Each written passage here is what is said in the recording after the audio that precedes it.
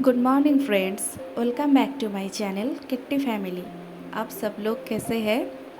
तो आज से मैंने ये ब्लॉग हिंदी में स्टार्ट कर रही हूँ क्योंकि राकेश जी ने भी बोले और मैंने खुद भी सोची, जो लोग वेस्ट बंगाल से बिलोंग्स नहीं करते हैं, मतलब कोई अदर स्टेट से है, तो वो लोग शायद बंगाली को अच्छे से समझ ना पाए।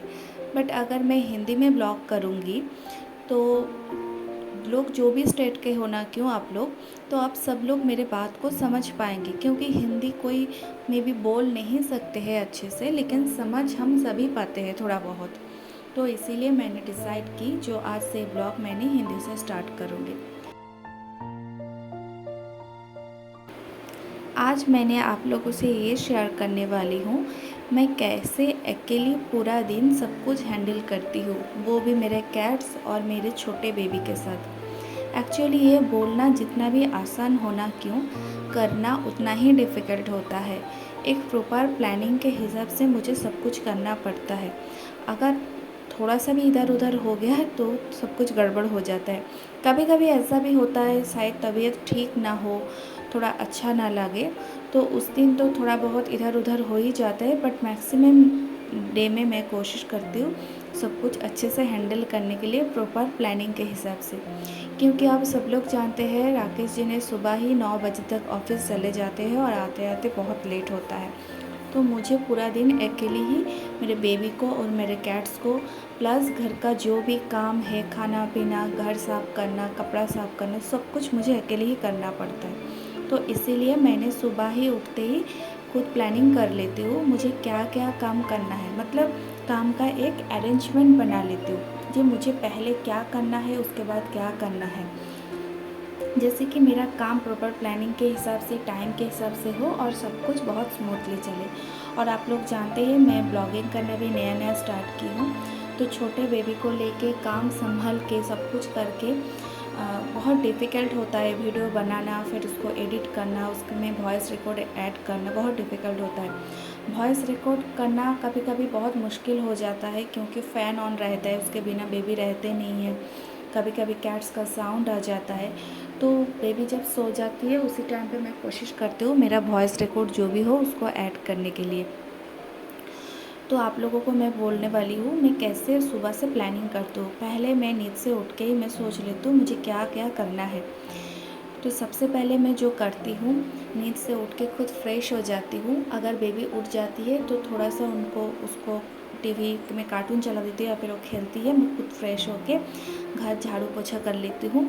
हर रोज़ पोछा करना मेरे लिए पॉसिबल नहीं होता है, तो एवरी ऑल्टरनेटिव डे में मैं कोशिश करती हूँ पोछा करने के लिए। उसके बाद मैं जो करती हूँ बेबी को फ्रेश करवा देती हूँ। फ्रेश करवाते करते हैं राकेश जी वहाँ पे हमारा कैट का जो भी लेटर बॉक्स है वो क्लीन कर देते हैं, और जो भी छोटा मोटा काम रहता है, मतलब कहीं पे अगर उनका कुछ हेयर फॉल हुआ वो सब क्लीन कर देते हैं। कभी वैक्यूम से करते हैं, कभी मैनुअली हाथ से भी करते हैं।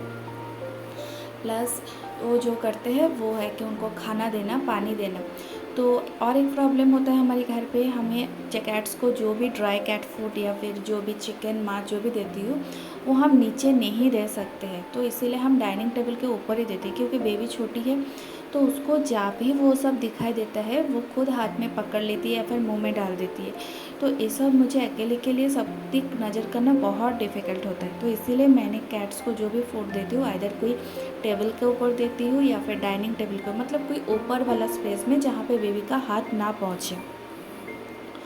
उसके बाद राकेश जी ये सब अरेंज कर लेते हैं सुबह से, तो मैं तब तक उठ के बेबी को क्लीन करवा के मैंने ब्रेकफास्ट बना लेती हूँ। जो भी ब्रेकफास्ट बनना है, कभी कभी थोड़ा बहुत टिफ़िन भी बनाती हूँ क्योंकि राकेश जी को लंच में देने के लिए। तो हर रोज़ पॉसिबल अगर नहीं भी होता है तो वो कैंटीन में ही खा लेते हैं या फिर बाहर कहीं पे। तो ब्रेकफास्ट बना के मैं राकेश जी को सर्व कर देती हूँ। उसके बाद मैंने बेटू को खिला देती हूँ क्योंकि बेटू छोटी है तो उसको ज़्यादा देर तक लेट में ब्रेकफास्ट करवाना सही नहीं होगा, तो मैं बेटू को ब्रेकफास्ट करवा देती हूँ। ब्रेकफास्ट करवा के जो भी बर्तन रहता है ब्रेकफास्ट बनाने के बाद वो सब क्लीन करवा के, बेसिन वगैरह क्लीन करके उसके बाद चली जाती हूँ बेटू के पास, थोड़ा बहुत टाइम स्पेंड करती हूँ। उसके बाद जब राकेश जी चले जाते हैं मैं कोशिश करती हूँ उसके बाद ब्रेकफास्ट करने की। तो हमेशा पॉसिबल नहीं होता है उसी टाइम पे ब्रेकफ़ास्ट करना, क्योंकि बेबी जैसे छोटी है, कभी वो कोल में आना चाहती है, कभी रो जाती है, कभी गिर पड़ती है तो रो पड़ती है। तो वो सब ध्यान देते थे, कभी कभी मेरा ब्रेकफ़ास्ट करने में भी बहुत लेट हो जाता है।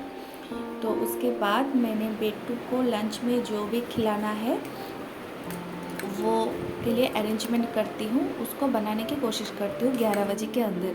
उसके बाद मैं वो बन जाता है तो बेटू को नहा के उसको सुला देती हूँ, कुछ भी थोड़ा सा खिला के उसको सुला देती हूँ। वो जब सो जाती है मेरा असली काम स्टार्ट होता है। उसके बाद मैं खुद को लंच के लिए जो भी प्रिपरेशन है वो करके लंच बनाने की कोशिश करती हूँ। तो लंच उस टाइम पे बनाती नहीं हूँ, बस सब कुछ अरेंजमेंट करके रख देती हूँ। तो अरेंजमेंट मेरा कंप्लीट हो जाए उसके बाद मैं सीधा आ जाती हूँ नहाने के लिए। नहाने के बाद ही मैं लंच बनाती हूँ, क्योंकि बेबी अगर उठ जाएगा तो मेरे लिए नहाना बहुत डिफ़िकल्ट हो जाएगा। तो नहाने के बाद मैं लंच बनाती हूँ।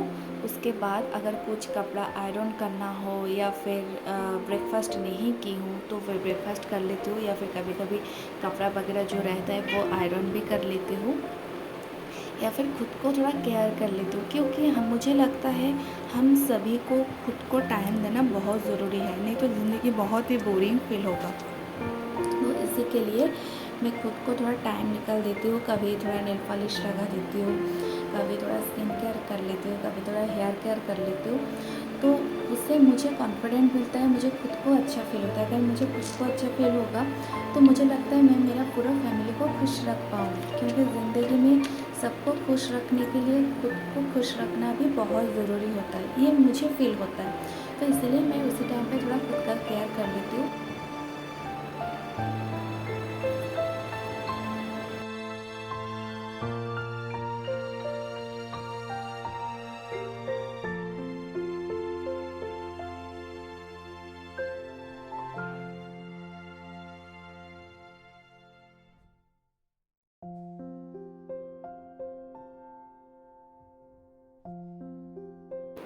तो वे केयर वगैरह करती हूँ। उसी के बीच में मैंने मेरे कैट का भी ध्यान रखती हूँ। जैसे उनको कभी कभी बाहर से हम कुछ मल्टीविटामिन्स देते हैं, डी वर्मिंग के लिए कुछ टैबलेट्स देते हैं, या फिर कभी कभी कुछ उनका लीवर जैसे अच्छे से फंक्शन हो, उनको ज़्यादा भूख लगे उसके लिए भी हम कुछ एक्सटर्नल सप्लीमेंट देते हैं। ऐसे भी उनका हेयर में जैसे कुछ भी इन्फेक्शन ना हो उसके लिए भी कुछ पाउडर लगाना, केयर करना, वो सब करना पड़ता है। वो सब मैं आपको कभी और एक ब्लॉग में बताऊंगी कैसे मैं उनका केयर करती हूँ। तो वो सब जो भी करना है मैं उसी टाइम के बीच में ही कर लेती हूँ। उसके बाद मैंने थोड़ा कोशिश करती हूँ मेरा कैट्स के साथ भी टाइम स्पेंड करने का, जैसे उनके साथ थोड़ा बातें करना, उनको अटेंशन देना, उनके साथ थोड़ा खेलना।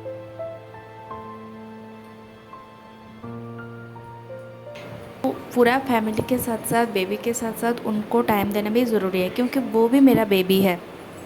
और अगर उनको साथ थोड़ा टाइम स्पेंड करूँगी तो उनको भी अच्छा फील होगा। उनको फील नहीं होगा कि मम्मा हमें टाइम नहीं दे रहे या फिर मम्मा हमें केयर नहीं कर रहे।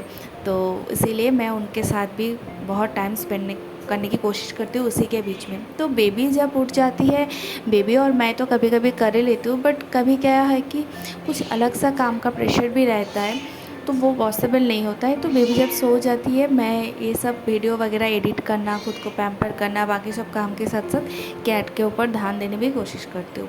और जिस दिन डे ऑफ रहता है राकेश जी का, मतलब संडे को, तो हम कभी कभी बाहर थोड़ा घूमने भी जाते हैं। वो एक तो माइंड रिफ़्रेशिंग मोमेंट होता है, वो भी ज़रूरी है ज़िंदगी में, नहीं तो ज़िंदगी बहुत बोरिंग फील होगा।